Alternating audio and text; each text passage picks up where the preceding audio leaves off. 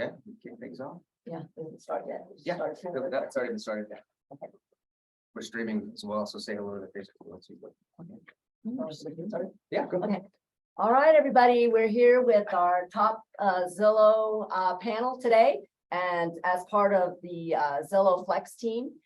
So we wanted to welcome everybody here today, and we are streaming this live. So I'll let Dave talk about that a little bit more. But just wanted to talk a little bit about the Flex program that we're affiliated with Zillow. So we've been part of the program for a little over, I guess it's a little over 2 years. And super happy with it. I'm gonna let all the panelists tell you a little bit about their experience and how long they've been on the Zillow program and how long they've been in real estate. So I think we'll get a good blend. And then David, if you want to kick us off maybe with some marketing stuff. Yeah, so I'm David, co-broker and co-founder of Vivo Realty. And iBuyers are really where it's at. It's what's happening right now. I think Zillow gets over 12 million views a day or something ridiculous like that. So when people are searching for real estate, they're going on to Zillow.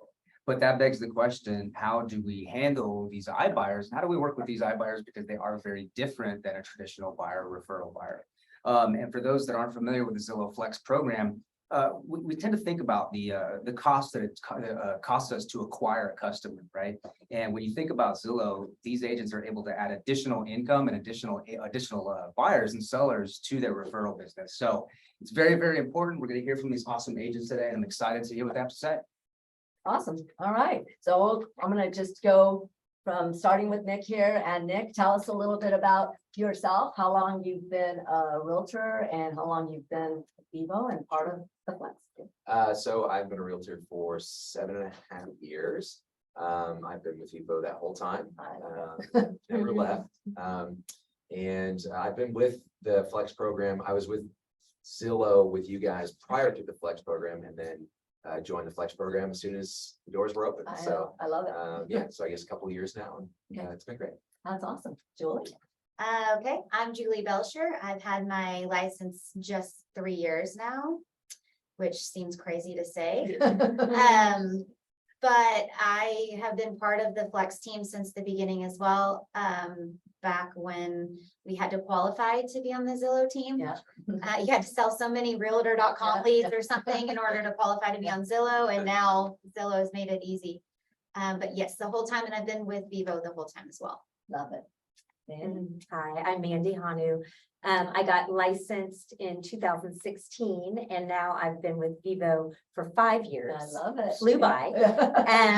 And I actually used to purchase on my own Zillow leads, Yeah. and I had success. And when I got the opportunity to do it through Vivo, it was even better because I saved money Yeah. and I got more leads, Yeah. a lot more leads. So I've been doing that, I guess, as long as the Flex team has been around. Yeah, I love it. So, Miss Sally. My name is Sally. I got my license about 5 years ago, but I wasn't that active, and I joined Vivo about 2.5 years ago. Absolutely happy. She was completely right. At the beginning, we had to get qualified to join the Zillow program. I love it because without even paying anything, you get a very good qualified leads, and based on that, you get, me personally, I got a lot more leads and referral from one person. Right. Even. So I love it. It's great, and I love Vivo. That's awesome. Very, very good. All right. And I think what we'll do is we'll just get started. So kind of the plan today. Stop you real quick. You, Okay. Dee Dee, do you want to mention Dee Dee? Oh, yeah, also? Yeah. Dee Dee, I hope you're out there.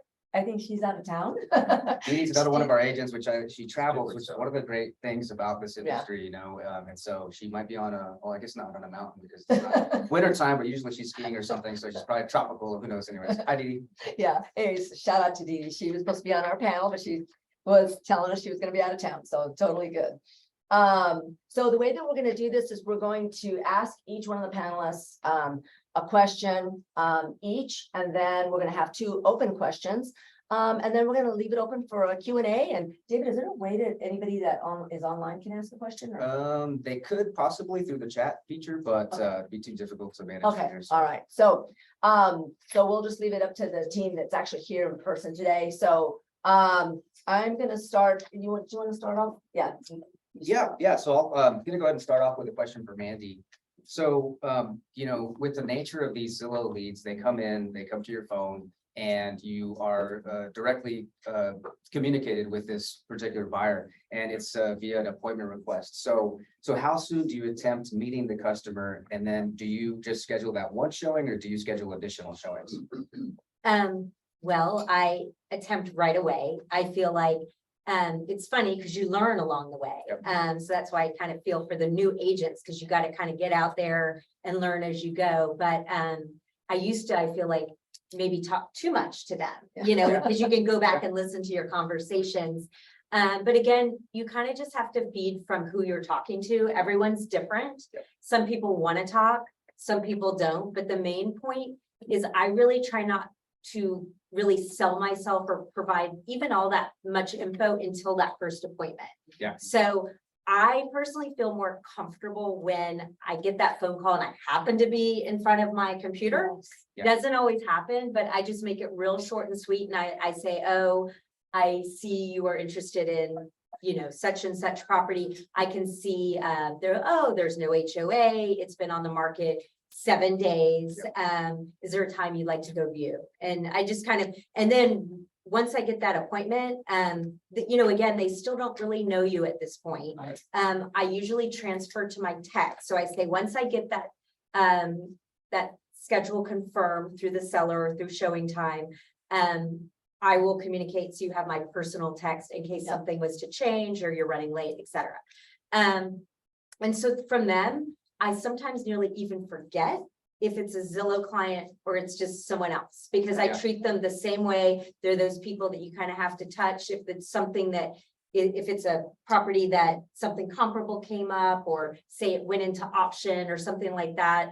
I'm just kind of, reaching out to my people. Some are Zillow, some are not. But yeah, when I get that, getting off the subject, when I get that first appointment is when I come to them with comps, kind of try to make that relationship.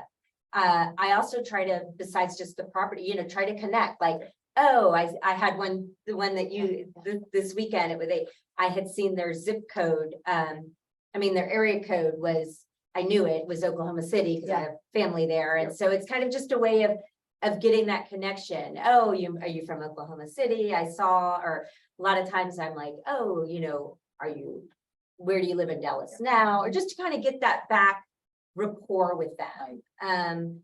Instead of getting that where you're just a stranger meeting them from a website, and you kind of, that goes out the window, whether you met them at an open house through this, it's just how now you're together, you're meeting a potential buyer, and then you kind of just go from there. Yeah, well, I like the fact that, sorry, David. Oh, you're good. Yeah, is that, you're putting the human element into it, and that's building the relationship, because we all know that that's really what real estate is all about. It's about building that relationship with those customers. We want them to become our clients. And then eventually, if we do build a good relationship with them, a lot of them become our friends. Yeah. And obviously past clients at that point, maybe even referrals. So that's awesome. And also I've learned through time, again, you are still that person that they just met through this website. You don't know if they have someone that's going to help them, or what their purpose for being on Zillow. Some are good, but it is a numbers game. I used to get my feelings hurt, and I learned not to. Don't get your feelings hurt. You meet some good ones, you meet some bad ones, and you just move on. Don't take it personally.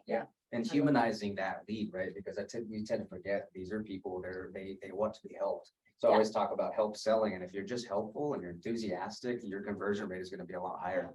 Even, we talk about leads a lot, but there's humans behind these leads. And so we need to think about humanizing these buyers, because, what they really want to do is see a property. So at the end of the day, that's the most important thing. But, and then do you schedule additional showings for them sometimes?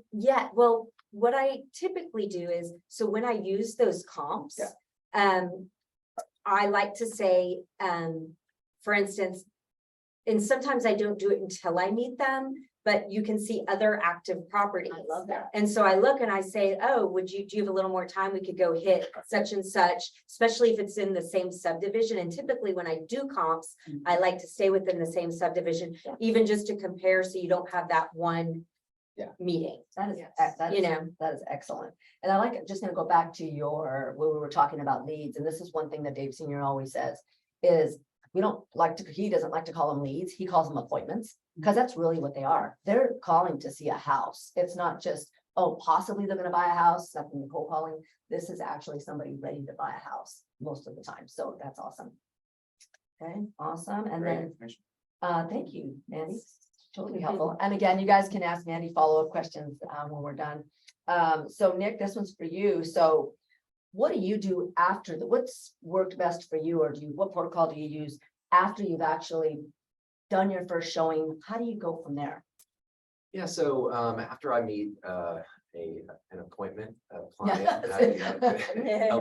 Yeah. with the first time, I'll usually try to follow up with them pretty quickly afterwards, just to see how did you like the home? Was there anything else I can help you with? More questions? What other homes can we see? I mean, Andy gave already some good Yeah. examples of things you can do to Yeah. follow up, scheduling other homes in the area, their comps, things like that.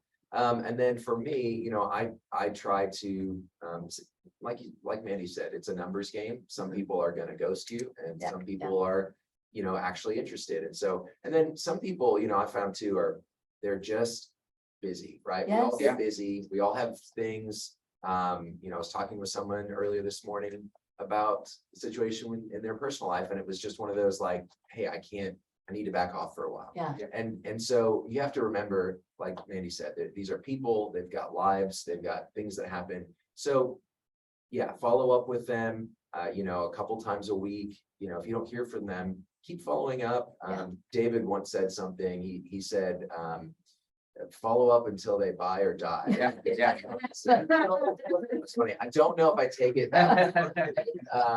But I do follow up, you know, until either there's a sense in which, you know, I've been doing this and I think Zillow technically has a number, I think it's 14 times or Yeah. something like Yeah. that. You have to follow up that many times. And that is probably about accurate. Once I get to 14, if I haven't heard in 14, you know, I've Yeah. texted, I emailed, I've called, nothing, okay, they're not interested right now, move on. Yeah. But other times it's just, you know, checking in with them again, making it not always all about the purchase, not always about the house. You know, try to pick up on little things when you meet with them, get the kids' names if they're bringing Yes. kids, or the husband's name or the wife's name, and ask how their families, you know, try to get those things. So, because, you know, if I go to an auto car place, that was redundant, I go to a car dealership and they're calling me, hey, do you want to buy the car? Yeah. Okay, cool. Hey, do you want to buy the car? You know, it's annoying. You know, Yeah. if somebody's, if they start with, hey, how's your family going? How's the school you're going so far? You know, Yeah. where it feels a little less like you're trying to sell me Right. something for sure, then I think that really helps the process. So I will probably follow up. Again, every person's It's different, different. If they are clearly interested in looking at more and we've built some good rapport at that first appointment, then my next step is really going to be to get them on a search, because I Yeah. want them to get those emails from me. I want them to see me providing value to them. So without any cost, without any strings attached, just here you go. Like, I love that. let's keep talking. Yeah. And then from there, you have to gauge kind of, you could look and see, are they checking the portal or are they not, you know, and then kind of go from there. So I I think love that's. that. And I got a quick follow-up question to that too, just so some of the agents, especially the new ones, can get some insight. Are you mixing that up usually with text message and call or? Oh, yeah. So I am someone who, this is probably too strong, but I do not like phone calls. Yeah. I am I get very anxious about them. I mean, like, it's just, I don't know what it is, but I'm very apprehensive about them. Yeah. But I've found it to be important, not, first of all, text messages, think about, again, I try to just always turn it around. If somebody's just texting me, like, I Yeah, don't that's feel too much like responsibility to text them back. If I don't, Yeah. usually it's before it's stop is Yeah. really Yeah, good yeah, when yeah. I'm gonna text them back if I don't want to hear from them. Yep. And so text message is fine. But again, if you're not getting anywhere with it, Yeah. you got to try to call, you got to try to email. Every generation has their preferred method and every person has their preferred method. So I've found that the older generation, and I'd say older, just older than me. Yeah. I have some people that have actually told me, I really don't like text messages. I really prefer Yeah. to just talk in person. Yeah. And of course, I'm just like cringing, like, but I hate that. But I know if I need to talk to that person, it's not wrong to send a text, but I know by now, like, they're either gonna be like, why is he texting me? Or I'm gonna get a phone call as soon as they see the Yeah. text. So Oh. you just gotta figure out different, methods for different folks. but I think like with Zillow, again, if you're not hearing, remember that it's just so easy to text, but it's also so easy to ignore it, you know? That's And right. I so like that. Well, check different methods, you know, try all three and just rotate through them. That's See really. which one works, basically, because, you know, like Nick said, everybody is different. One of the things I do have to give kudos to everybody on the stage, if you will, up here, is that all of these agents have also worked and closed Zillow appointments a year after they've actually met them, Yeah. which is incredible. And several of them also buyers and sellers, you know, they've come back and said, you know, hey, you know, we love this house, but you know what, we're having another baby and we need to get a bigger house. So they end up selling that house and helping them buy another house. So those relationships really carry. So you guys do really well. with Yeah, that. my most active current Zillow lead is, I've been working with her for 2 years. We That's haven't bought a awesome. house, That's we put awesome. contracts in, Yeah. you know, Mhm. and that's always a litmus test for me too. Like, are we just going to see stuff? Are we starting to put contracts in? Yeah. And if they are, then they're serious. Same. But you know, we've tried, we've actually gotten under contract, but Yeah. backed out because it just, you know, but yeah, it's been, I saw it eclipse the 2-year mark recently. I was Wow, like, yes, whoa, yeah, that's 2021. fast. Yeah. Well, and the beauty of that too is that means that you guys are actually working your nurtures.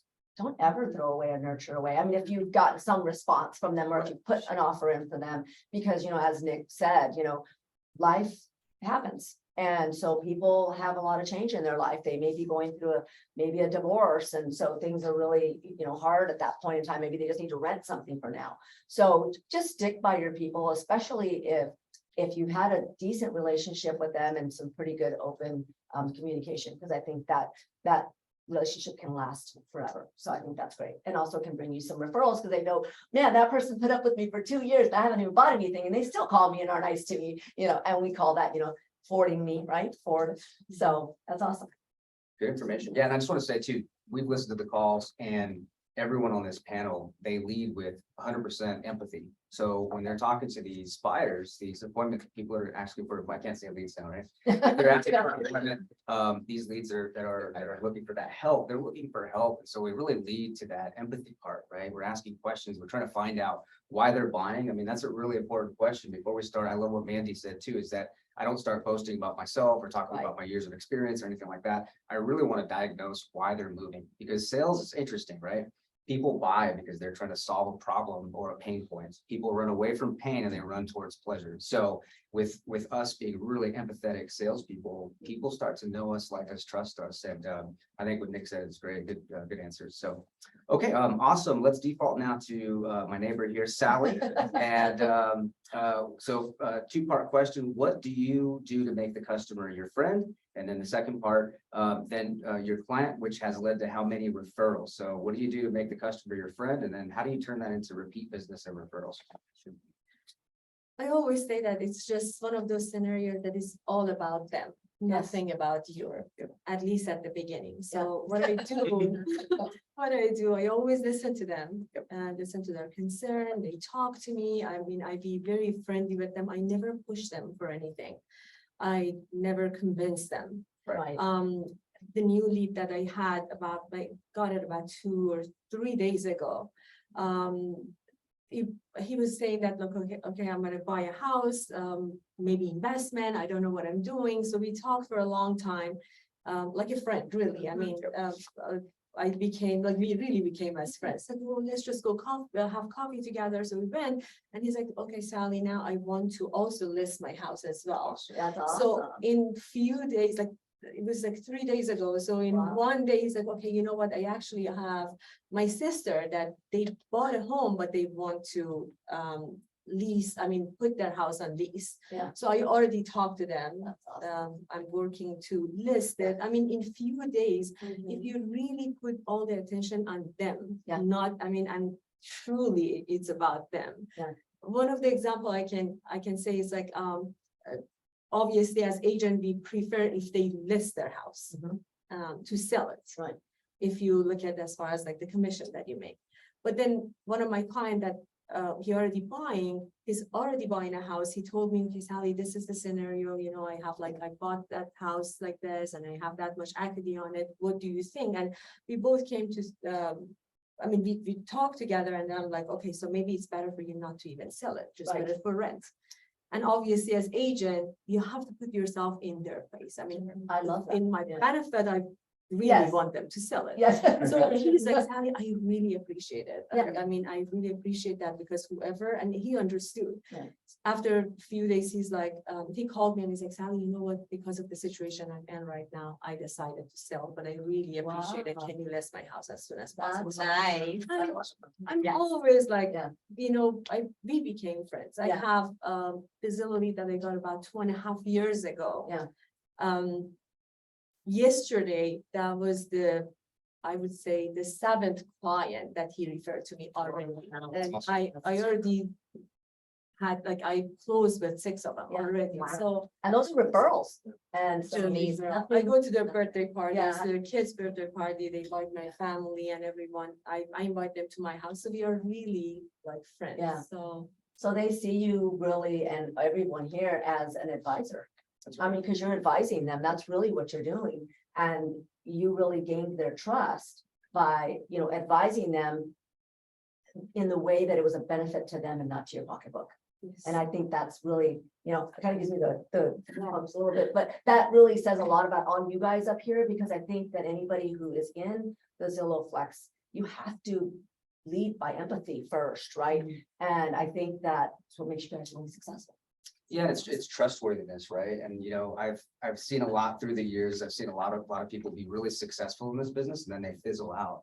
And they fizzle out because they're not getting that repeat business, they're not getting that referral business, because people do not refer people that they do not trust. And when people trust you, they can just feel it, they can sense it. And I think, you know, in today's day and age, we're going back to that. We're going back to trust people that we really, really trust, and good advisors and people that can really advise you through these real estate transactions. And so that's amazing. 7 referrals just Yeah, from that. that's So- awesome. That's just one person. 1%. So that's Yeah. 1%. I have another question, because I know you do other things too. Do you regularly reach out to your past clients? We talked about going to birthday parties and things like that. Are you just checking up on them via text and things like that? A lot, Yeah. like Nick was saying, I mean, truly, I call them every now and then, even though they are not in market anymore. So I'm like, what are you doing? So Yeah. they are really my friends, like Yeah. now became as my close friends, some Yeah. of them. And then their friends that they were, like, he referred them to me, now they refer other people, and Yeah. it's happening. So, it's just like I said, every now and then, even if there's nothing, I would say, okay, how are you doing? Like you Yes. do it with your family, your Yes. cousins. So I do that always. I'm driving, I'm like, okay, you know what? It's been a long time. I haven't heard Yes, from that that's a person. great Yeah. thing to do. Yeah. Or my client that I sold and bought for him about a year and a half ago, he called me, Sally, can you write a letter, because they're changing my kids' school. So can Yes. you write a letter for me? So I did that for him. Or like if they need anything, Yeah. or they reach out to me.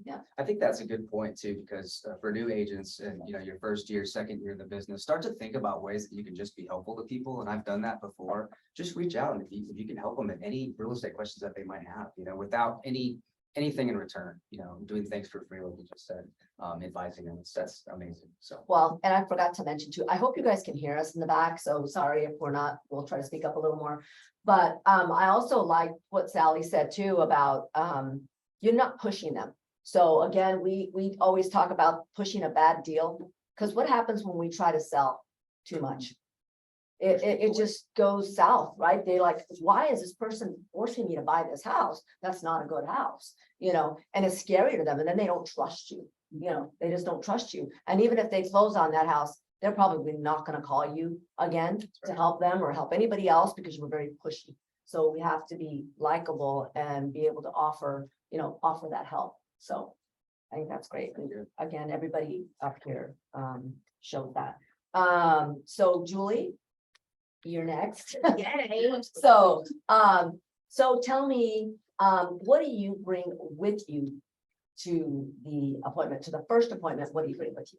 Okay, so again, it varies. It depends on my conversation with them.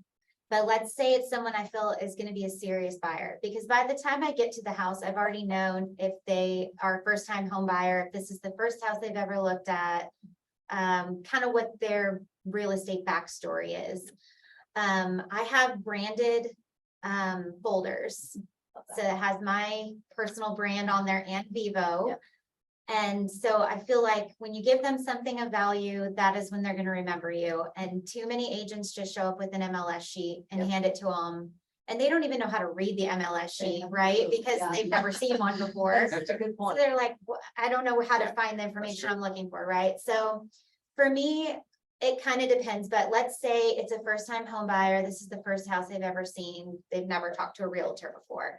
I have my folder, and yes, I do have an MLS sheet, but I also like to have whatever they have in the transaction desk, right? So if it's a survey, because some people are weird about the survey, especially in Fort Worth. I don't know why. They always want to know where their lines are. Seller's disclosure, which I've already kind of gone through to see if there's any red flags or whatever the history is on the house that I can gather from that. And then on the other side, I have made like a preferred vendor sheet. So if they're not pre-approved, it's got all the lenders on there, home inspectors, etc. I have also made like a contract to close or like a pre-contract to close list that has my face on it. Yeah, I love it. That kind of tells them the Branding, process, yeah. because I think too, sometimes they come and they're like, so what do? We just put in an offer like for $250,000? Like that's what they want for the house. Is that all we have to do? They don't understand what closing costs are. They don't understand what, that they have to pay for certain things up front, like how long each period is. Does that make sense? So I've broken it down in just like a simple PDF, and I give that to them. And then I do a blank IABS and a blank buyer tenant rep agreement.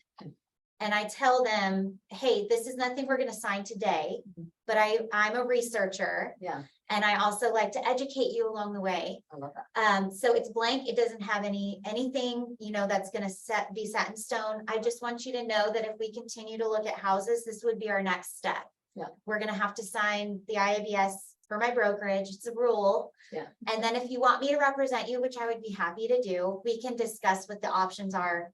I don't ever go over it on the Yeah. first visit unless they tell me I want to buy this house and Right. I want to put in an offer today, which crazy enough, I've had it happen twice with Zillow. Yeah. Where they're just like, hey, we like you. We want you to represent us. Will you write the offer for us today? That's Okay, amazing. I don't ever expect that, but there's been a lot of talk at the Zillow meetings and stuff about when to present the buyer tenant rep agreement. Mhm. And yes, we are in sales, but at the same time, I'm selling myself as much as I'm trying to sell a house. Right, And to be honest, we don't care if we sell them that house or a different one. right. So for me, I let them look around and I just listen a lot at first. And then if I can kind of gauge how interested they actually are. Right. But I don't do the buyer tenant rep agreement on the first visit. Right. I do give it a blank copy to them. Yeah. So that they can go home and look it over and, you know, make notes or whatever and ask me. Some of them want you to go line by line on that thing. And some of them are just like, we don't really care. We just want to, you know, sign it. Yeah. And then I do try to have other comparable homes also in a list for them to look at as well. So when I'm on my first phone call, you'll always hear this in my calls. Okay, so are you looking in this specific area? Is this the type of house you're interested in? Like style wise, is it size wise, location? Like what is it? Once I get the answer to that, then I can figure out where to point them from there. Right. And most of the time it's in an area that I'm super familiar with. So I can be like, hey, I already showed this house, you know, I've already got kind of a list in my head, but I give that to them because again, like I said, 99% of the time, they're not going to buy the house you're going to show them that they called about on Zillow anyway. Right. So I've got to have my next step or my follow-up appointment kind of ready to go. I love that. And so what do we call that in Zillow on the Flex? Your ALM, right? Yep. So. You don't even think about it after a Location, while. You're location. just like, what do you want? Where am I gonna, you know, where am I gonna point you next? How do I make this close? That's your actual Right. thinking? Like, I want to help them, but I also want to close it. Right. And I don't want to waste time. So, I mean, if we're being honest, yes, we love the person that we're talking to, Yeah. but at the end of the day, we're in the business to close. Yeah. So if you want them to close, you have to get what their actual motivation is. You have And to. sometimes you can't just say, depending on the person, you can't just be like, are you pre-approved? Like, Right. Yeah. I don't ever ask that on the Right. call. Right. I get that information at the appointment, Right. but I'm ready for it. Right. So when I get there, I'm like, here's my vendors in case you need to, follow up with anyone. I've closed with all of these lenders. They're great. Yeah. And I don't care which one you use. Yeah. It's up to you. Yeah.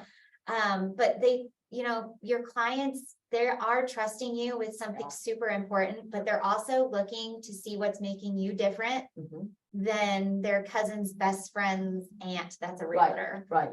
So Yeah, and I want to bring that up too. So they are talking to other agents, these iBuyers, maybe even seen a couple of properties with other agents. Yes. And so just listening to her preparedness, like that is textbook exactly what you want to do before every appointment. And it seems like a lot. It is a lot. It is It a is. lot. What we do is it is a lot of work. And all of that being said, you are literally sacrificing that first appointment because they could not go with you and go with another agent, right? But us as salespeople, we're doing that because we always are going to lead with empathy and lead with that helpful, it was told to me years ago, servant's heart, right? Mhm. We want to be able to help serve and do what we can to help these people. So I love that. And I love what she's saying about the buyer's rep. Maybe even a few months ago, my mentality on that was like, get that signed as quickly as possible. But we have to think about ourselves. When we go to purchase something, Nick brought up a good point, when you go to purchase a car or something, somebody's shoving a contract in front of your face, you're just tire kicking, literally. That'll turn you off. But what if somebody's just helpful? What kind of car are you looking for? What color, what make and model? And they stay with you, you're gonna tend to work with that person over somebody shoving an agreement in your face. So Yeah. I love that. I agree. And that's the same kind of similar analogy as Nick is, same thing. You go to a dealership, you get this salesperson that comes out super pushy and says, oh, I can't even give you a brochure. You need to go talk to our finance manager. You're gonna just Yeah. peel out of there as fast as you can, go to the next dealership. And then you get somebody else that comes out and just says, oh my gosh, it's coming out in different shade of red next year. I have the new brochure. Would you like, you're gonna go, a breath of Yeah. fresh air. So that's what we need to be. I think we need to remember that we need to be that breath of fresh air for, sometimes I think too, they think that you represent the house. yeah. They do, yeah. Right? So how many times have you gotten a call from Zillow and they're like, are you the listing agent or Yeah.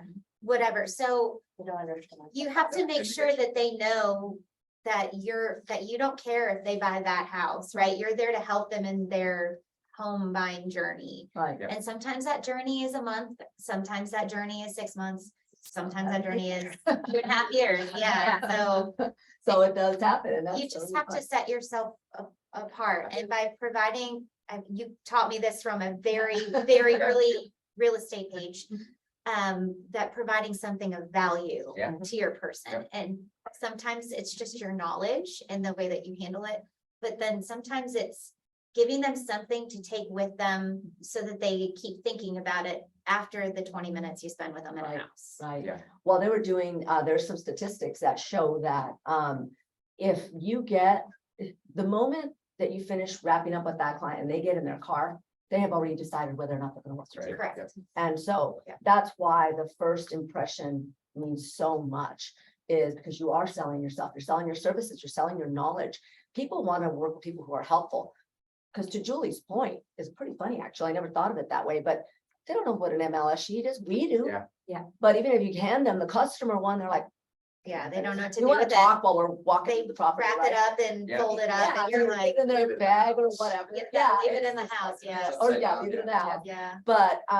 But so that's why we need to make sure that, we're educating them about the process. I love the fact that reviewing the seller's disclosure before you go, because now Julie and all these panelists, they have talking points when they go in the house. Yeah, They're not that's just true. going like, well, it has 3 2,500 bedrooms, square yeah, feet, Yeah. and you're talking about, by the way, they did do foundation repairs last year. And it does have a warranty, and it looks like they also did some of the plumbing, and it looks like they did $40,000 worth of upgrades. Now you're talking about something, now you're knowledgeable. They want to work with you, because if all you're doing is reading off the sheet, they're gonna say, I read that on the. show me how to, Yeah, or on show me, Zillow. yeah, on Zillow, exactly, so. Also, by the way, if you have a luxury buyer, they don't really care to hear you talk a lot about the appliances and the brands. Right. Yeah. They also don't want to carry around anything with them. They Yeah. just want to walk through. Yeah. So with a person that calls in a higher price point, I probably wouldn't do the folder with a bunch of stuff in it. I will tell them, hey, I will email you everything Yeah. on the Yeah. house, but And even to, like, I walk around with a clipboard and take notes. Yeah. While they're talking or whatever, just to remember, because I have a terrible memory. Yeah. But That's when you write down the husband's Yes. name and the wife's name. yes, but 99% of the time with a luxury buyer, I don't give them anything. Yeah. I mean, I tried once and they kind of handed it back to me and I was like, okay, Yeah. can you send this all in an email? Yeah. Okay, cool. So you just, again, it's about knowing your client and knowing who, like, where they're at, Right. I guess. Being able to read them, I guess, and a lot of that comes from the first phone call. And we talk about that. We talk about that a lot too, as far as for you guys in the Flex program, it is important and crucial that you answer your phone. Because what ends up happening is most of the times that's where the conversion comes in. Yeah. Is because they talk to you first. They didn't go to an ISA and then we'll go to Zillow and then go to an ISA and then go to the agent. So it's like third party, who's showing me this house? You know, they get very confused. So, you know, answering your phone is really, really key to this, I think, this whole process, because then they get to like you as the person, you know, so who answered the call.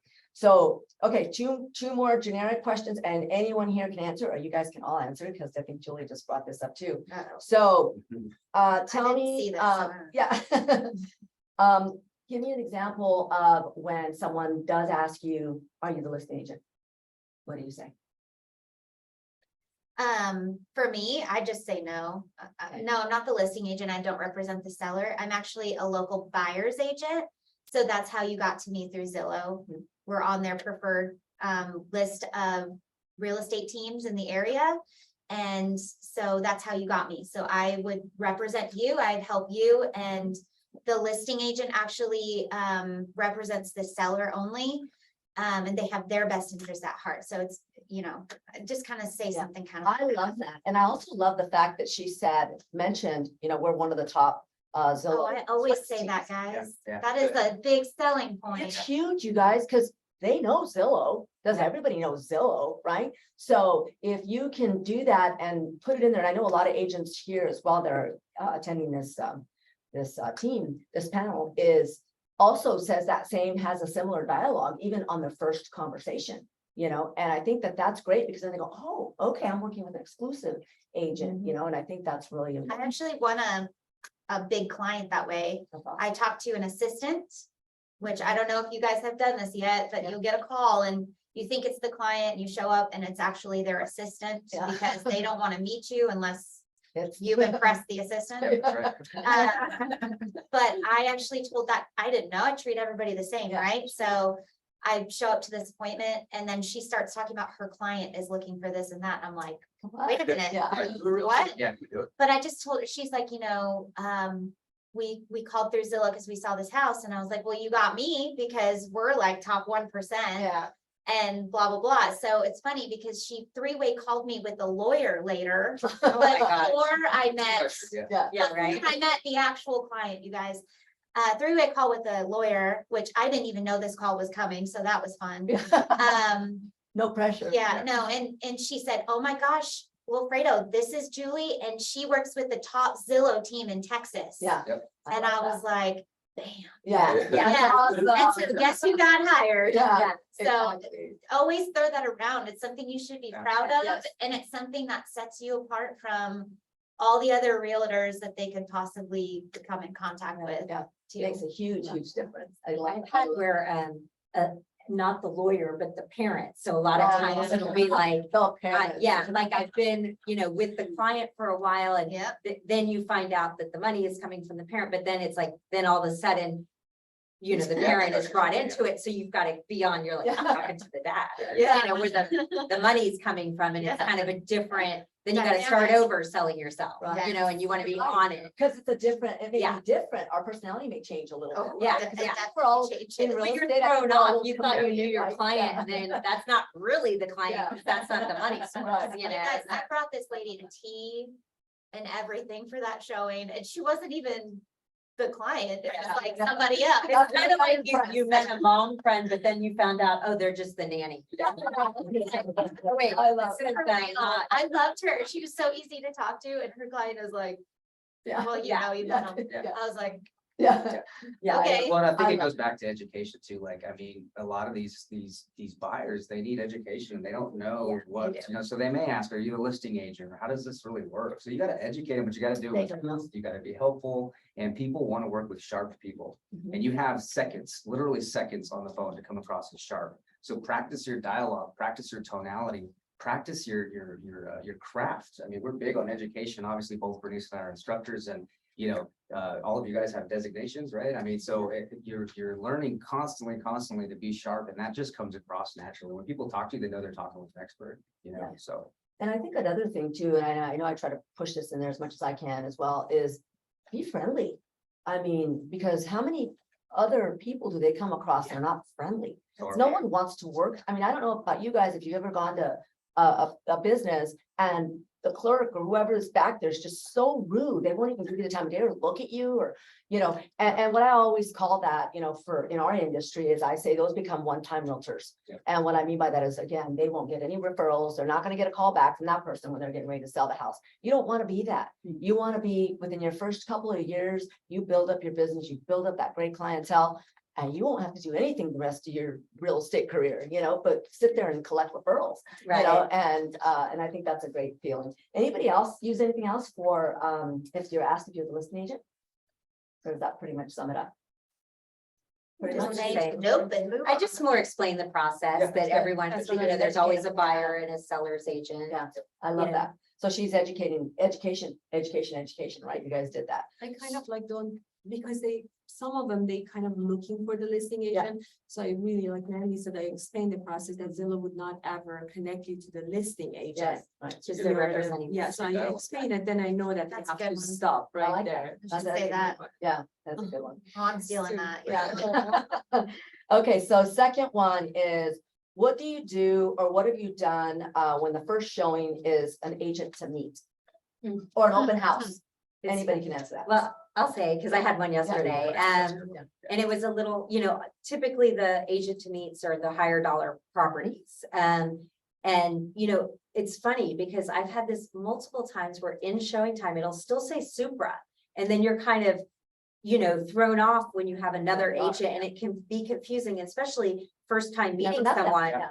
You want to try to win them over, and it's confusing when they're spitting out all the information Right. about the house. Sure. So I kind of typically will kind of go up to the listing agent and kind of be like, look, this is a first time I'm meeting them. If I can have a few minutes outside I love it. before we go in. And I kind of like to tell that because again, you know, typically when you're the listing agent, you're excited, you know, you've got a showing, Yeah. you want, Yeah. you know, so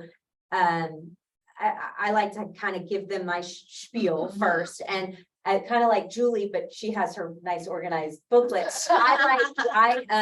You know, always start with the comps of that subdivision. That's awesome. And even though that, you know, a lot of times, even if they're not first time home buyers and they've purchased before, they're not used to looking at the comps like we are. That's So I always be like, you know, I write on it, all right, Yeah. last 6 months, and then either I'll do the between, you know, Abrams and Skillman. Yeah. You know, 2,500 square feet to 3,200 square feet, like I'll put last get 6 that. months of information, but I say you always want to look at this far right column, that's the number of days on the market, which is key. And then I explain that it's either gonna happen right away Yeah. or they're gonna sit pretty much, Yep. you know, and then I show the dollars per square foot column. I say that's key. And then I go around and to the back page and show this is the average per square foot. Let's look to see how this, you know, house has been priced compared to the neighborhood. And I say, but then obviously condition is key because you're gonna look at some that, you know, everyone's gonna want, and these are gonna go out Yes. the window. You know, and I kind of start that way, just kind of, it's my little way. So that's what I did with these people before they, you know, so I was kind of helping them before this person's we're gonna That's walk in right. and they're gonna sell this house, try Right. to sell the house. So I love what she just said, because I think a lot of times we feel kind of, we kind of shrink up a little. And it can be Listing agent's gonna intimidating. be You're there. meeting this Yes. listing agent and Yes. they don't know who, it's just too many people, Yeah. first of all. So and I it's like the showing. fact that you're bold about it, and Yeah. there's nothing wrong with that. That shows that, you know, you can handle yourself, right?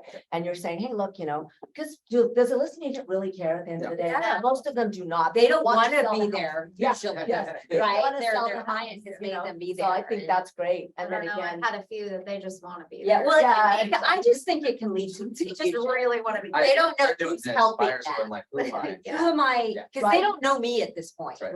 right, So you just want to kind of sit back, be friendly. But again, once you leave, that's when it's key to be able to show them other properties Yes. as well in that Huge. same time. So Huge. from there, we were able to luckily go see 3 other properties where we could get some rapport going, Exactly. because I had none at that first Right. showing where it was like, Yep. this woman's following you around the house and, right. With your open house question, I think you also, if it's the very first time you're meeting someone, I would probably steer clear of an open house Oh, if you yeah. can. Yeah. Because there, like you said, there's so many distractions, there's confused, like, they're trying to sell it, you're trying to like build rapport. I would probably say like, hey, why don't we go? And honestly, most people do prefer a private show. They tour. do. And if you I just do that too. label it that way, that's what it is. I Yeah. would rather give you a private tour. So there's not all these other people around and Yeah. the listing agents there, or maybe another agent, Yeah. holding it open. I actually had one, love not too far from where I live, and I took a friend. It was during an open house, but I was with him, Yeah.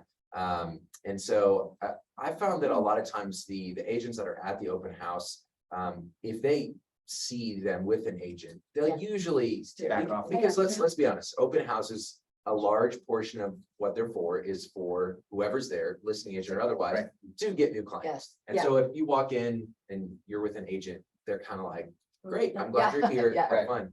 And this was just really interesting. I had this lady, it was such a coincidence. So I showed my friend around the house. I was explaining everything. It was the very first time he'd seen a house. So I was there for probably 40 minutes, and I think she was just like, this guy leave, like, and I'm kind of asking about different updates. She wasn't the listing agent, she was just holding it open, but what was cool was a week later, I was on a flight back to Dallas from Tucson. I walk on the plane and this flight attendant looks at me, like giving me this weird look. I'm like, did I do something wrong? No. Yeah. She goes, did you come to the open house at this Oh my house goodness. last week? And I was like, yeah. She's like, I was the agent. What was it? And I was like, I just told her, I was like, I'm honored that you even remember me. Like, you have so many people come She through. was a working flight attendant. She was a flight attendant, yeah. Oh, And that's cool. and she Slash said, well, agent. you did such a thorough job of explaining everything I to your love that. client Oh, that I remembered who you were. And That's I was like, great. I am like, really. That's really Yeah, but it kind of reminded me that, like when you go with the clients to a house, like, Yeah. if there's another agent there, that's fine, but they're gonna let you do your thing, and Yeah. but they're also watching you and they're Yeah. also Yeah. learning from you. And I always want to be like, we should get coffee sometime. Yeah. But it was an interesting experience, and I'm I learning think from everything that I've heard from Yeah. everyone, right? I'm I like, will also mentally say, taking notes. if you're gonna do something like that, send them something branded so they know what you look like. Yeah. Yeah, I agree. I Just agree. saying. That's true. I had that happen Video recently text. where I was at an agent to meet and it was the first time I met the clients. And so I just sent them stuff with my photo on it. Mhm. And then when they came in, they knew exactly who I was. Hey, Julie, it's nice to see you. Like, we've been friends forever. Yeah. I do meet them outside first and I say, listen, the seller's agent's inside. They're here to give you a little history about the house, more in depth, since they work with the seller. But they do represent the seller. So Yeah. if you have questions, please ask me and I'd be happy to follow up. I love that. too. Some of those high dollar, I do let the agent walk them around and tell them about all this stuff and I'm just kind of observing. Yeah. But I make sure my client knows, like, I'm the person you tell how much you like the house Right. to. And you have a poker face with the listing Yeah, agent. right. You Absolutely. don't show them how much you love all the upgrades they're about to show you. Yep. But tell me outside where they can't hear you. Outside of. And then they'll say, Yeah, but Oh. real, they appreciate that because then they're like, oh, maybe Julie could get me a better deal on this. Yeah. And everyone's watched those HGTV real estate shows and stuff, so that does help. I don't ever tell the listing agent it's the first time I met the client. Yeah. Just because I don't want them to Try to steal them. steal them. Because if you do agent to meet, most of the time, there's more than one Yeah. person that's there. Yeah. Yeah. Most of the time, there's two. Yeah. And so they'll be like, ooh, I can represent the seller and then I can steal this back. No, I just don't tell them. I just act like no one has ever asked me Yeah. how long I've been working with my client. Yeah. Not one person, no one has ever asked me, oh, no, you just fake it till you Yeah, made yeah, it. yeah. I've never had anyone ask me how long I've been in real estate Yeah, either. that's awesome. Yeah. Not once. Even my first deal, I couldn't believe this lady hired me. I had never shown a house before and she was like, yeah, I want to hire you to list my house and I want to buy this one. And it was a realtor.com lead that I Yeah. got this much information on. And I was like, call Bernice, how do I fill out an offer? Like, what do I do? No, I think that it's all about your confidence too. It is. Yeah. I think you just need to remember that you're taking charge of this lead. They called because they don't have an agent most of the time. Most of the time. And even if they do have an agent, I've had them fire their other agent and hire me. Yeah. Yeah. Why are Because they they're like, calling oh, Zillow? well, my Yeah. person won't ever show up on time. I have a client now from Zillow that I sold her a house last year. I listed her house last month and we're buying a new construction. Everything's See. closing next month. And she had another agent when she called me that never showed up for appointments on time, didn't call her back when she asked about things. So just showing your value is what is gonna Huge. sell it to. It's huge. Well, and also, so I'm gonna take you back a little bit if you remember what transpired. So when you first found out that she had a realtor or had seen a house with a realtor, had Uh-huh. not signed anything, but was working with someone. Yeah. What was your response? I said, okay, because I didn't ask her on the phone. It was Yeah.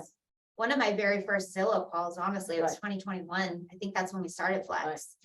And she was looking at a house that was pretty much down the street from me, but she was like, yeah, I've been trying to get an appointment on this house. I was like, well, how did you try to get an appointment? Perfect. And she's like, well, I have an agent that I'm working with. I said, oh, okay. And then she goes, but honestly, I'm not happy with them. Yeah. And I was like, well, listen, I don't want to step on anyone's toes. I'm like, but if you want me to show you any more, because she had asked me about seeing another one. I said, if you want me to represent you, I'd be happy to, but you're gonna have to let the other agent know Yeah. that you'd prefer to work with me. She called me that night and she said, how do I fire him? What do I have to do? And so what did I do? I called Bernice and said, how do we do this right? Yeah. She said, you email them and you email their broker and just, there's no Yeah. question about it. So, and that girl ended up buying a house from me and then she's referred so many people to me too. I love that. I mean, anybody that she could possibly think of that Yeah. she's given them my name. So if you treat people well, I mean, if they're calling through Zillow and they already have an agent, That's a problem. Yeah. That's a problem. I mean, Yeah, there are totally. some that are just like, hey, my agent's out of town. I just wanted Yeah. to see this Yeah. house. Yeah. I won't waste my time on that. I'm just like, I'm so sorry, but I can't do that for you. But if it's somebody that they don't tell me until I meet them, because buyers are liars Yeah. sometimes, right? Just do the best that I can in that situation and then just kind of turn it back on them making a decision. Right. Like, I don't make it sound like I don't want to work with you. You have an agent. Right. I'm not going to touch this. Right. But they do have a right to choose They do. who they want to work with. Right. And it is what it is. Right. I totally agree with that. Mm. Totally agree.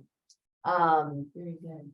Okay, I think, Dave, do you have anything else? You We could wanna go open on it up? The Yeah. whole time, so I can go on and Yeah, on and on. there's other- but- I think this is a part one, probably even part two. Yeah, to we'll this. definitely do this again.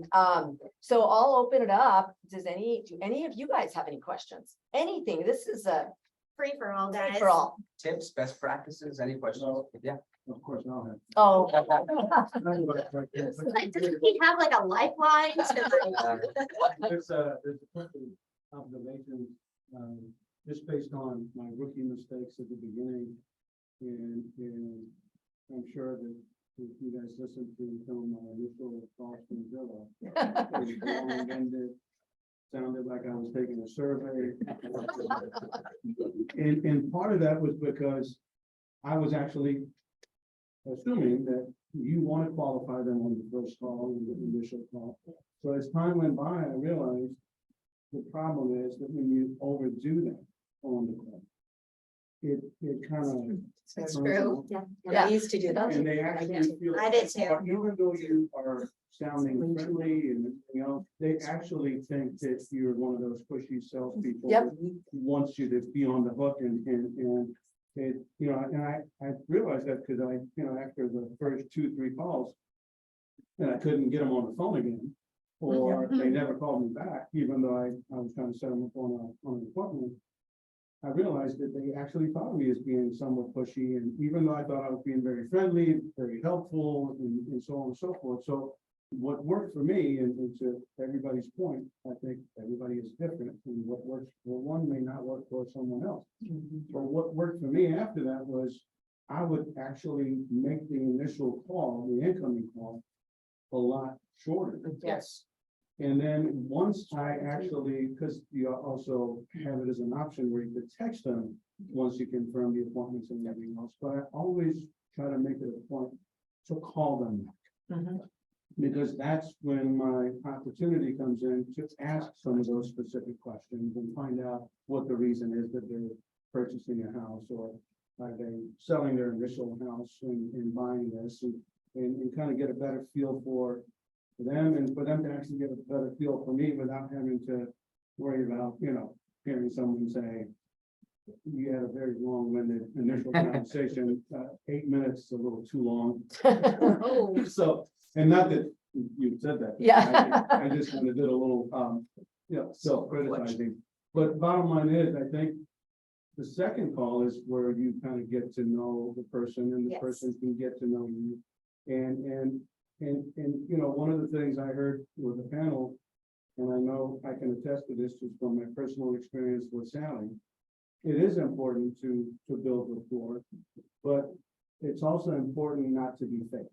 Right, I agree Correct. Because 100%. when you do it because you feel like you have to, and they can see through it eventually, Right, they will walk away from it, and they will not have anybody give you any referrals or business or what have you.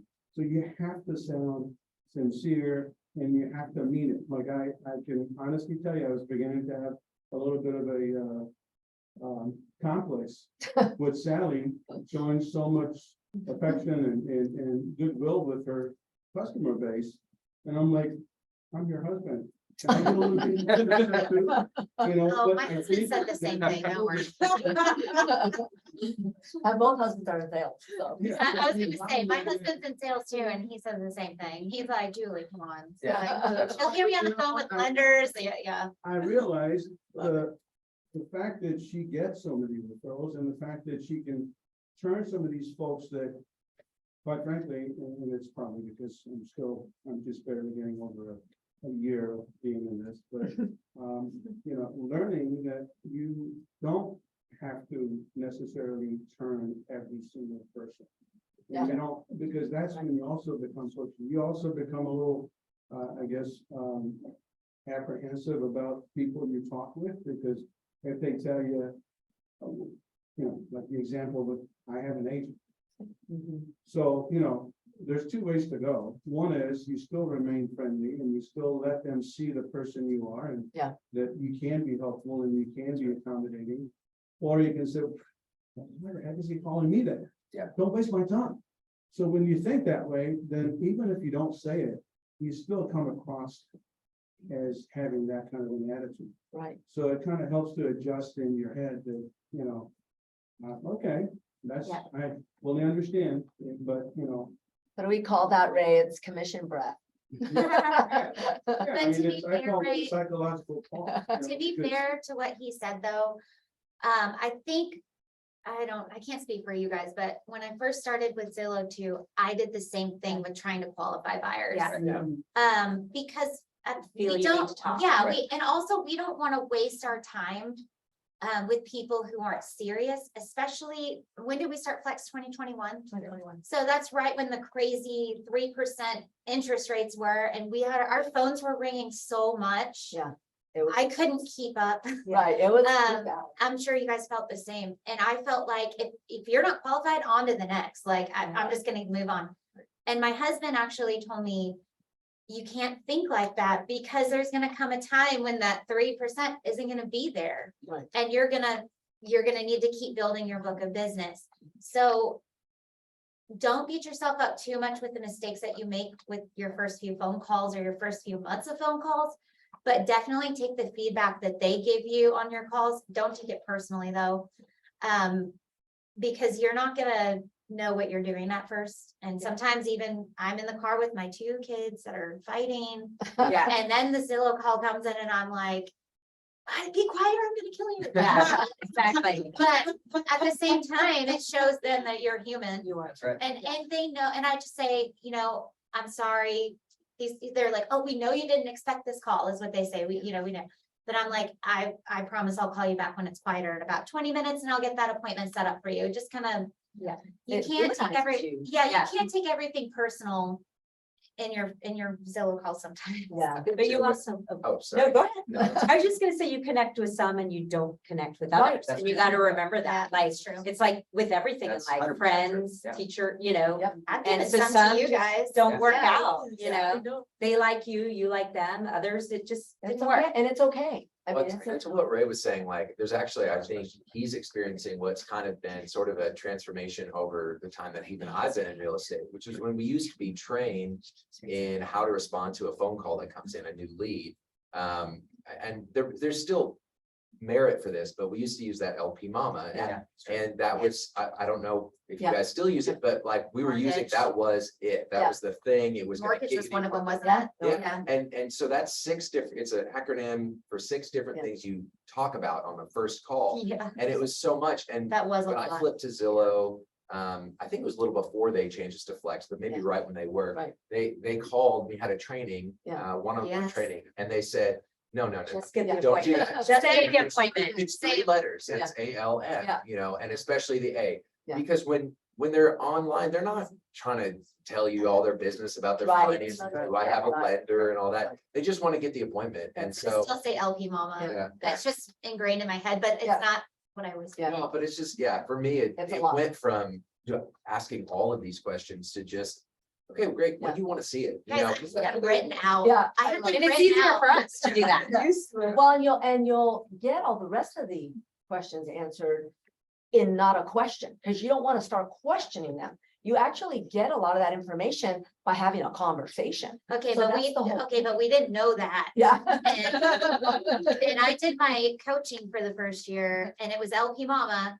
And it was so like ingrained in my head that I had like lead sheets because I would get so I had- anxiety. I'd get anxiety when people would call. I'd be like, oh my gosh, I gotta ask them all these Forget, questions. So I literally had lead sheets and it had it written out and I just printed them off.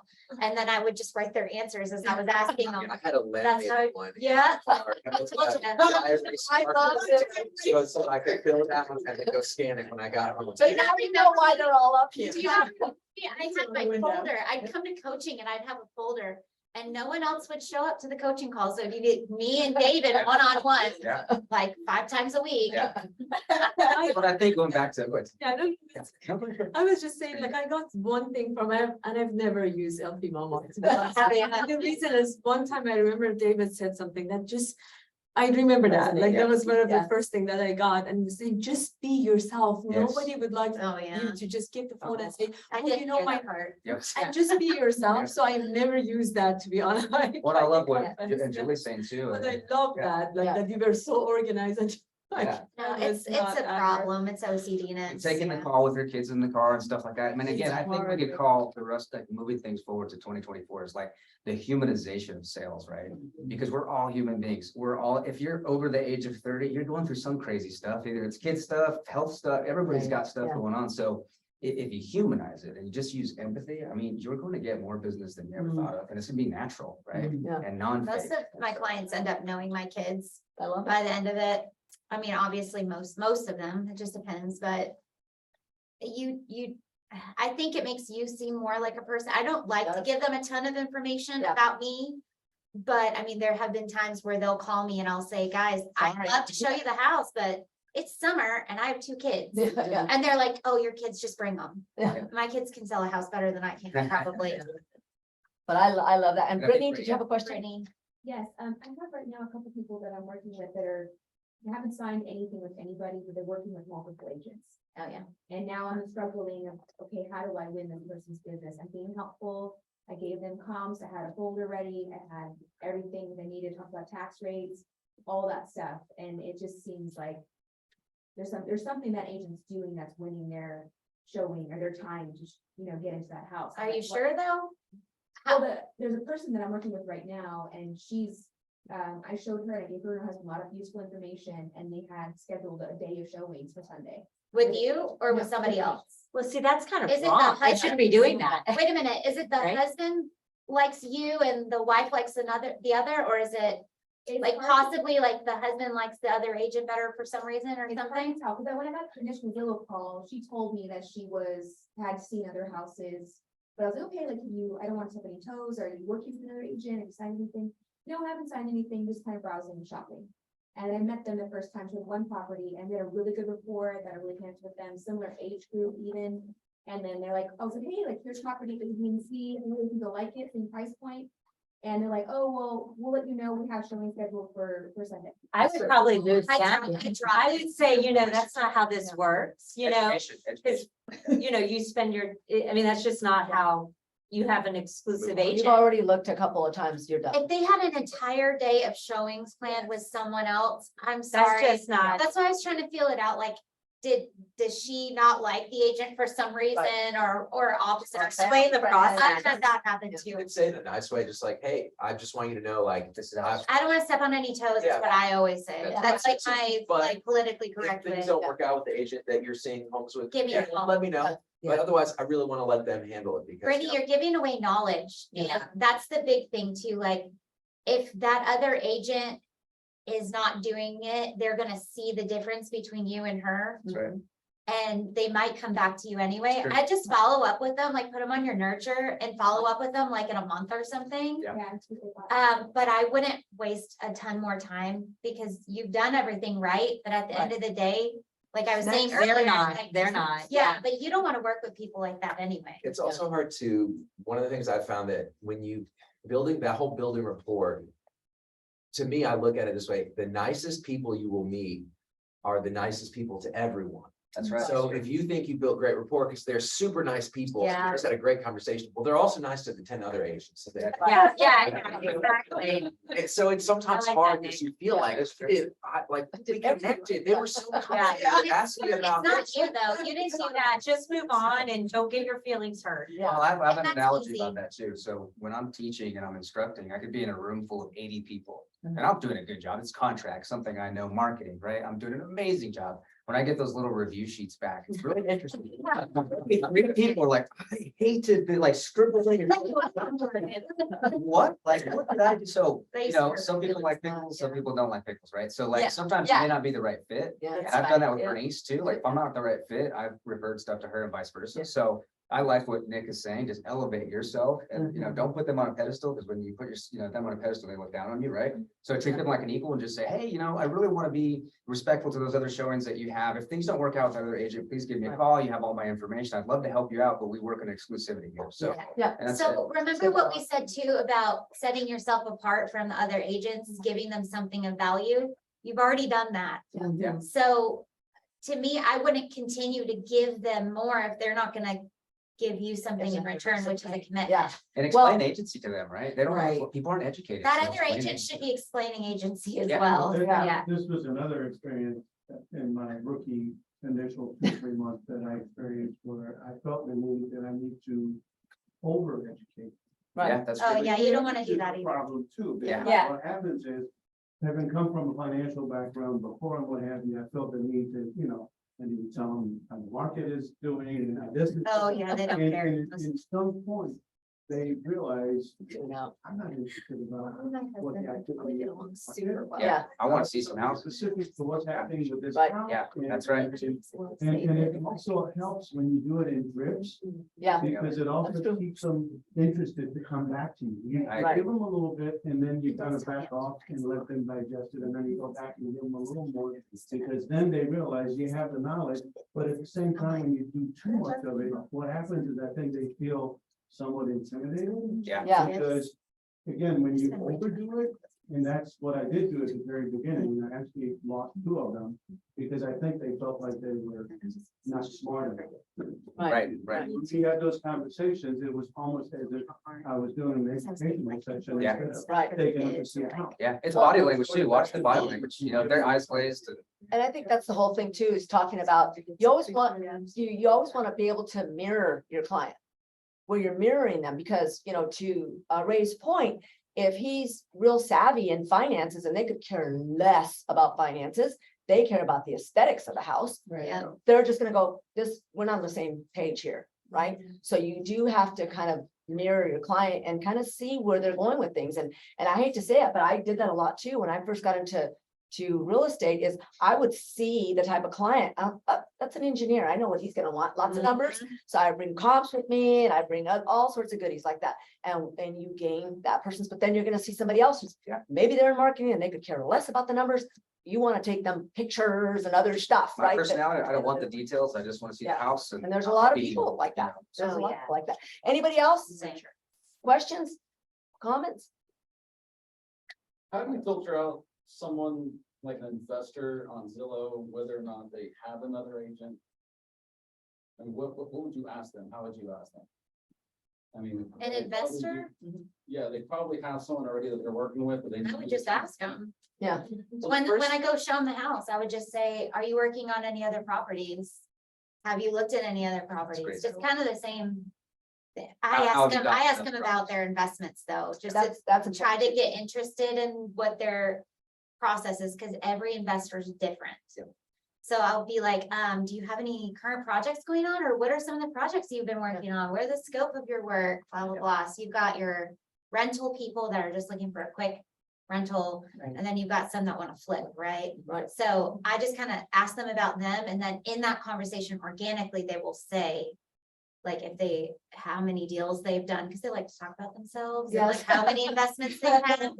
And then in that case, then I will ask them.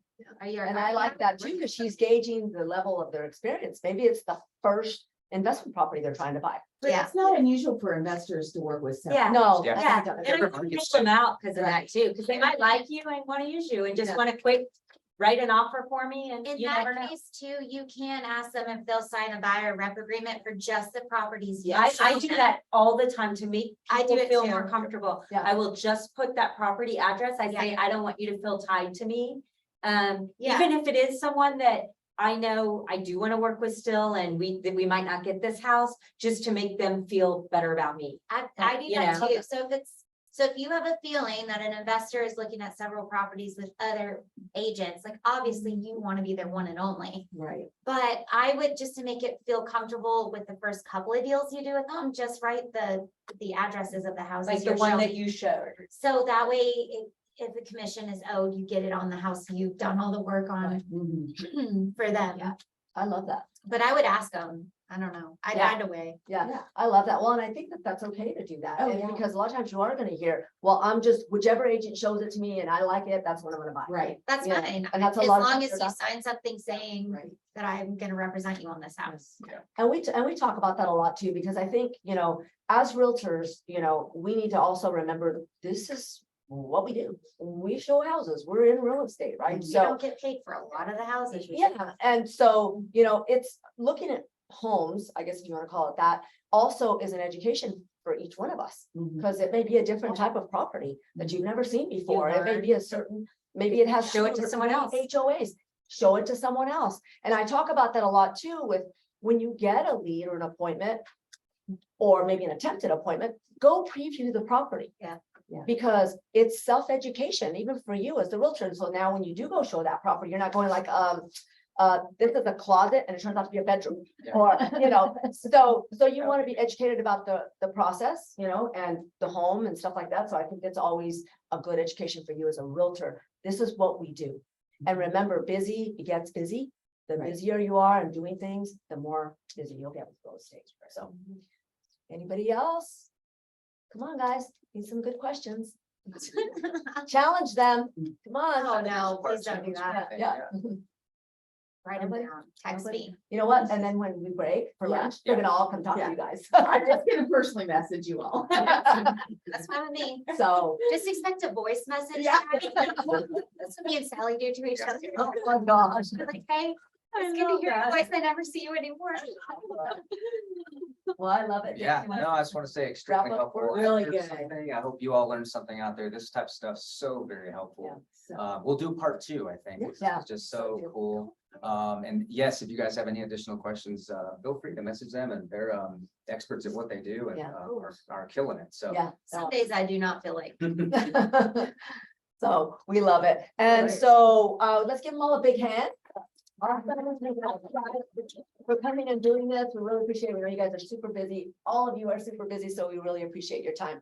And then if we can have Terry and Shannon maybe come up, they actually brought us some food, so we Oh, can that's feed nice. you guys. So we'll let them say a couple of things. Yes. How are y'all today? Great. Yeah. Yeah. No, absolutely. It's good to see you. Thank you. So, it's good to see you. Just wanted to come in, you know, it's been kind of crazy lately, and just wanted to be able to come in and see you. Haven't seen you in a little bit. So really, I'm just here to, you know, I know Shannon's got some things she's got coming up, so I'm just gonna let her say those, but just wanted to say hi. And I miss you guys. Oh, we appreciate that you guys are here. Go ahead, Shannon. We'll give you the floor. Well, hey, everybody. My name's Shannon Williamson. I'm Terry's business developer, marketing director, whatever you want to call it, because I'm in the office. So yeah, we do have a couple of events and classes coming up this month if you want to come. We're doing a really good Google class. Does anyone know who Michael Trickhart is? Yes, Yeah. I've done a that one-on-one was- with him. Yeah, Yeah. he's great. So we have him coming into our office on the 22nd, which I think is next Tuesday already. So it's, and the title of the class is 100K annually with your Google business profile. Yes. can that be streamed or It can. zoomed? Okay, Mhm. okay, and Yeah. will you send out a link or do we register for the class and then you'll send Yes. out? Okay. Yes, you register for the class. Okay. If you're on my email list, you should have gotten an I email did. already. Oh, good, good. Yeah. Okay. So He's there's like really two good. options to sign up for. There's an in-person one and Okay. then there's a Zoom one. Okay. And he charges people a little more for the Zoom, Yeah, one, you know. But there's that option. Okay. And then the very next day on the 23rd, we're doing just kind of a housing industry update. So it's gonna be actually a live stream in our office, but we'll have lunch and everything too for that on the 23rd, so it's gonna be good. And then for my August postcard, it is best patio. It's gonna be a so. if you Oh, wanna yes, start that's sending so out- cute. Yeah, Loved thank it. you. Thank you. I Yes. had fun with that one. So So if you want to start, you know, farming a neighborhood, or if you want to just send it to your past clients or prospects, then we can do that for you to whatever you want to do. So just remember to utilize me as much as possible. That's what I'm here for, is to support you guys with your marketing, with your business, with classes, all that fun stuff. And then I leave all the title work up to you. Yeah. The cheese. Any that cheese. So please enjoy lunch. It's piata. I hope you like piata. Awesome. Really good sandwiches and salads. So that's what we have. Okay, awesome. Two more little things. Ingrid, do you have any announcements for Wednesday for the lunch and learn or anything like that? No, it's going to, you know, I don't have any. Okay, is it the seller shield this? Seller Yeah, Shield. so please come to the class this Wednesday. Seller Shield, it's Bo Blackman, I think is his name, the attorney. I don't know if he's gonna be teaching it, but they're gonna do like a little spill on it. It is so important to make sure that your clients are filling out the seller's disclosure correctly. We have a zero tolerance policy in our office for anything left blank on the seller's disclosure. Seller's disclosures are the biggest reason why people get sued. And I don't care if it's the seller's problem, okay? You will always get drug into it as well, the buyers, if you're representing the buyer. So, so make sure that you come to that, because we're gonna start requiring that you use Seller Shield. It doesn't cost anything, it's free. And it's the same one that's on the, you know, zip forms. So, so definitely come to that. I think it'll be really educational for those of you who've never used it. And looking forward to that. And then, so Mandy, we have something for you. Mandy, good job. Mandy. What did I do? Mandy, congrats on Oh. 5 years.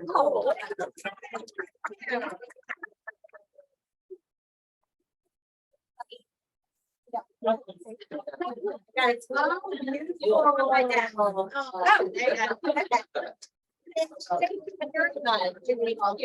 What a great 5 years. Oh, I know. I wouldn't have known it was 5 years. It went so fast. And the funny part is I met Mandy at a listing, so. Twice, do you remember twice? And they both terminated? So, yeah, yeah. Anyway, But it was great. It was great. Otherwise, it was not. Look what you got. well, I got Mandy, I got that. Yeah, that's great. But Thanks so anyway, much. please join, Ingrid, do they have to line up or what's the deal? Okay. Go grab your lunch, mingle. There's no other appointments in this office. Go ahead. One thing, Yeah. look, guys, we like seeing the seller disclosure too. Yeah. Because that gives us the information for the HOA, whether there is one, if it's Sure. not getting That's included. All of that is very helpful, and then you'll be surprised too. We actually had one where there was only one HOA listed on the contract, but the seller's disclosure, the seller said there were two. Yeah. That is, So just kind of keep that in mind, and we actually also want you to be mindful that we just closed a deal with 2 kids. oh, Oh, wow. So one with actually a water control improvement district and 2 kids. Ew. Yeah. Right. So- yeah. Kids are You guys, on it. yeah, because I think We're Ingrid doing has, that. you guys, yeah. Yeah. Yeah. No, not the other one. Oh, Yeah, but we Yeah. can do that. No, we definitely need that. But yeah, just the reminders constantly are great, especially for people. I have so many people ask me this and I don't know the answer. okay. When, with kids, Mhm. it's separate from property tax. How are they billed that? Okay, it depends. If they're already annexed and the county or go ahead and I guess collects for those on behalf of the public improvement district, it'll be on their tax certificate and listed with the central appraisal district. It'll show the taxing jurisdictions. Okay, so it's a Okay. once a year payment. Yes. it Yeah, is. yeah, okay. But it can roll into several years. Okay. That's why, I actually Googled the But they public can't pay improvement it off districts. monthly like that type. No. Yeah, okay, No. interesting. And there's also a website too that I'm actually trying to looking around on to see if it can be a one-stop location for great. you guys to look good. for your public improvement That'd be districts. So I Yeah. think there is one It seems so available. common now. Right. It is common, Yeah, especially It's as a you big go talk, out, yeah, like further I out. just did legal 1 and legal 2, Yeah. Mhm. and it's a big deal. It is, but they're not always annexed. They Well- are sometimes private. Yeah, So that's where you do need to know. You need to look on the central appraisal district and look under the jurisdictions because it should show who actually collects for that public improvement. and what the district, percentage or is that and money everything. is and the percentage. Wow. Yeah. But a lot of times Yeah. it's not on there, like she said. Yeah. So I've had listing agents, as well, not even know that there was one. I've had sellers not know that they're Same, a mother I've of had that kids. too. So, you have, that is your job as Yeah. as a listing agent to Actually, find I've that had out. title call And me then also on say, the "Did buyer you know side. this was. Yeah. I'm like, Good. And Yeah. be careful too, because some of them are deactivated. So we had one that Wow. was already done. They'd gone through their span of collection Oh, wow. and it was deactivated. Wow. So, but it is required that it's reported prior to contract execution. So that would be something that you would want to be mindful of Yeah. when you do your seller's disclosure, Yeah. which I also suggest you get before contract execution. Absolutely. So, Awesome. Awesome. Well, thank you guys. Thanks, guys. Kind of come around this way. Okay, you guys want to go grab your lunch? They'll be like- Okay, great. We'll- Thank you so much.